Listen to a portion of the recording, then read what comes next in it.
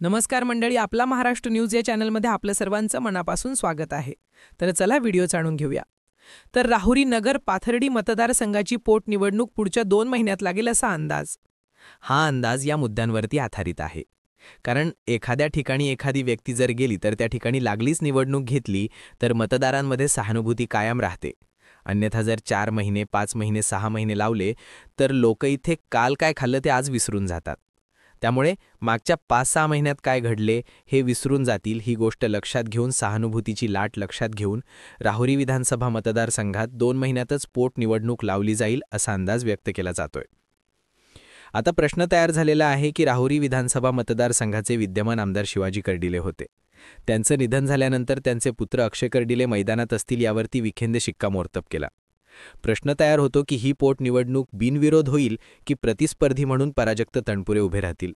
आणि जर पराजक्त तणपुरे उभे राहिले नाही तरीसुद्धा अक्षय कर्डिले यांची निवडणूक बिनविरोध होईल का? प्रश्न या मतदारसंघात असा आहे की लोकांच्या मनात काय यापेक्षा पुढाऱ्यांच्या मनात नेमकं काय हे या मतदारसंघाचं गणित बांधलं जाऊ शकतं. शिवाजी कर्डिले हे नाव फक्त आमदारकीपुरते लिमिटेड नव्हतं. मंत्रिपद त्यांच्याकडे होतं, जिल्हा सहकारी बँक त्यांच्या ताब्यात होती, जवळपास नगर दक्षिणचं निम्म्याहून जास्तीचं राजकारण शिवाजी कर्डिले पाहत होते. विखींची एंट्री 2019 नंतर झाली, त्याआधी शिवाजी कर्डिले होते. आणि शिवाजी कर्डिलेंनी इथले जे काही मतदार आहेत, इथले जे काही राजकीय पुढारी पदाधिकारी आहेत त्यांचं एक जाळं तयार केलेलं होतं. जिल्हा परिषदेचे सदस्य असो, पंचायत समिती असो किंवा नगर परिषदेचं गणित असो, शिवाजी कर्डिल्यांचं गणित आधीच जुळलेलं असायचं. आणि म्हणून शेवटचा हुकमी एक्का म्हणून त्यांना वापरलं जायचं. थोडक्यात मी तुम्हाला 2024ची विधानसभा निवडणुकीची या मतदारसंघातील पार्श्वभूमी सांगते की आत्ताच्या घडीला अक्षय कर्डिले यांची बिनविरोध निवडणूक सोपी का नसेल यासाठी कुठली गणितं कारणीभूत ठरू शकतात. शिवाजी कर्डिले यांची ही निवडणूक शेवटची आहे अशी म्हणून 2024ची विधानसभा निवडणूक लढवली गेली. तसाच प्रचार आणि प्रसार करण्यात आला होता. पराजक्त तणपुरेंकडे मंत्रिपद होतं, ते विद्यमान आमदार होते. पराजक्त तणपुरे यांना असा अंदाज आणि असा विश्वास होता की आपल्या कामांच्या जीवावर आपण हा मतदारसंघ सहज खेचून आणू शकतो. या मतदारसंघात तिहेरी लढत झाली तर शिवाजी कर्डिले यांना फायदा होतो, दुहेरी लढत झाली तर पराजक्त तणपुऱ्यांना फायदा होईल असा अंदाज पराजक्त तणपुऱ्यांचा असावा. इकडनं शिवाजी कर्डिले किती अपडेट आहेत याची माहिती तशी कमीच होती, पण जेवढी माहिती घेतली गेली त्यावेळी शिवाजी कर्डिलेंची यंत्रणा ही बऱ्यापैकी या विधानसभा निवडणुकीत अक्षय कर्डिलेंनी हँडल केली अशा चर्चा ऐकायला मिळत होत्या. या मतदारसंघात निवडणुकांच्या तोंडावरती अमाप पैसा दोन्ही बाजूंनी खर्च झाला. कर्डिले यांनीही तितकाच निवडणुकीसाठी पैसा लावला आणि तणपुरे यांनीही तितकाच पैसा लावला. या जोरदार चर्चा झाल्या. हिंदू मुस्लिम हा मुद्दा जो होता तो विधानसभा निवडणुकीमध्ये सुद्धा टर्निंग पॉईंट ठरला. हिंदुत्ववादी नेते म्हणून शिवाजी कर्डिले यांनी राहुरी मतदारसंघामध्ये प्रचार केला होता, तर पराजक्त तणपुरे हे सेक्युलर पक्षाचे नेते म्हणूनच प्रचारात राहिले. जात धर्म या गोष्टींवरती जास्त काळ खेळले नाही. हे सगळं करत असताना जवळपास निम्म्यापेक्षा जास्त मतदारसंघ हा शिवाजी कर्डिलेंनी आटोक्यात घेतला होता. कारण त्यांचं म्हणणं असं होतं की आम्ही 2019ची निवडणूक हलक्यात घेतली म्हणून आमचा पराभव झाला. तर पराजक्त तणपुरे यांना आत्मविश्वास म्हणा किंवा मग अतिआत्मविश्वास होता की आपल्याकडे मंत्रिपद होतं, आपण बऱ्यापैकी मतदारसंघांमध्ये पोहोचलोय, आपण बरीचशी कामंही केली आहेत असंही पराजक्त तणपुरे यांना वाटत होतं. म्हणून निवडणूक आपण मारू म्हणून पराजक्त तणपुरे यांनी निवडणूक हलक्यात घेतली. आता तणपुरे आणि शिवाजी कर्डिले दोघेही मातब्बर लागले होते. राजकीय गणित आणि विधान समीकरण जुळवाजुळवीची होती, म्हणून जशास तशी टसल झाली. आता अक्षय कर्डिले जर शिवाजी कर्डिलेंनंतर निवडणुकीच्या मैदानात येणार असतील तर पराजक्त तणपुरे हे सहजासहजी हा मतदारसंघ अक्षय कर्डिलेंना जर सहज सोडतील का, हा तयार झालेला पहिला प्रश्न.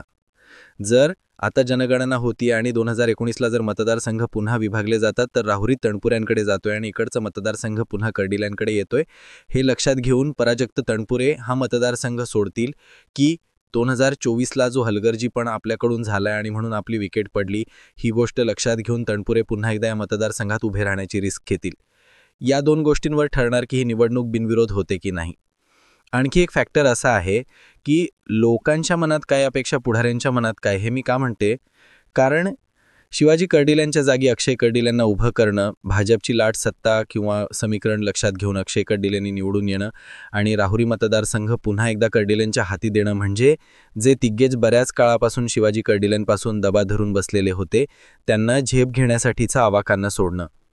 अक्षय कर्डिले उभं राहणं म्हणजे पुन्हा एकदा जे प्रस्थापित कर्डिलेंच्या विरोधात किंवा कर्डिलेंसोबत राहून या मतदारसंघासाठी मोर्चेबांधणी करत होते त्यांच्या सगळ्यांच्या मनसुब्यांवर पाणी फिरवणं. त्यामुळे पाहण्यासारखं हे सुद्धा असणार आहे की इकडे जरी पराजक्त तणपुरे यथा कदाचित आपली बार्गेनिंग पॉवर वाढवण्यासाठी किंवा एक पुन्हा रिस्क घेण्यासाठी निवडणुकीत उतरले तर कर्डिले विरुद्ध तणपुरे हे थेट लढत होईल. पण जर बिनविरोध यायचे ठरले तरी सुद्धा खरोखर अक्षय कर्डिलेंच्या विरोधात कोणीही उभं राहणार नाही का? महायुतीमधीलच कोणीतरी आणखी एक अक्षय कर्डिलेंच्या विरोधात पॉईंट तर केला जाणार ना, असे प्रश्न या मतदारसंघात आहेतच. आता विखेंनी भूमिका घेतली की आम्ही अक्षय कर्डिलेंच्या पाठीशी उभे आहोत. संग्राम जगताप अक्षय कर्डिलेंसाठी यावेळी तर या मतदारसंघात लक्ष घालतील. चर्चा होती की धनश्री विखे या राहुरी मतदारसंघातून कॅन्डिडेट दिसू शकतात. मात्र विखेंनी त्या गोष्टीवरती लवकरच पांघरून टाकत वेगवेगळ्या ठिकाणी छोट्या मोठ्या सभा घेत हे सांगितलं की आम्ही कर्डिलेंच्या विरोधात कुठलाही मुद्दा प्लांट करत नाहीत, उलट आम्ही त्यांच्यासोबत आहोत.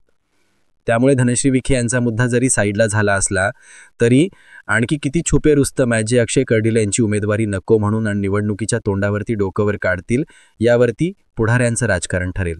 आणि लोकांचं गणित राजकीय एवढंच की जसं मी आधी एक व्हिडिओ केला होता की 11 महिन्यांच्या शिवाजी कर्डिले यांच्या कार्यकाळात शिवाजी कर्डिले हे कमी उपलब्ध राहिले, त्यांची जागा अक्षय कर्डिले यांनी यावेळी घेतली. आता अक्षय कर्डिलेंनी यावेळी घेतलेल्या जागेत किती लोकांची कामं झालीत यावरती अक्षय कर्डिलेंचं गणित हे राहुरी मतदारसंघासाठी फिट बसू शकतं. या सगळ्यांमध्ये तुम्हाला काय वाटतं? पराजक्त तणकोरे राहुरी विधानसभा मतदारसंघाची निवडणूक बिनविरोध होऊ देतील की ते स्वतः मैदानात येतील की आपली बार्गेनिंग पॉवर वाढवतील? आणि एवढं सगळं होत असताना सुद्धा आत्ताच्या राजकीय जिल्ह्यातील परिस्थितीनुसार अक्षय कर्डिले हे आमदार होऊ शकतील का? कॉमेंट सेक्शनमध्ये जरूर व्यक्त व्हा आणि असेच नवनवीन व्हिडिओ पाहण्यासाठी तुमच्या हक्काच्या आपला महाराष्ट्र न्यूज या चॅनलला सबस्क्राईब करा, शेअर करा. तोपर्यंत मनापासून धन्यवाद.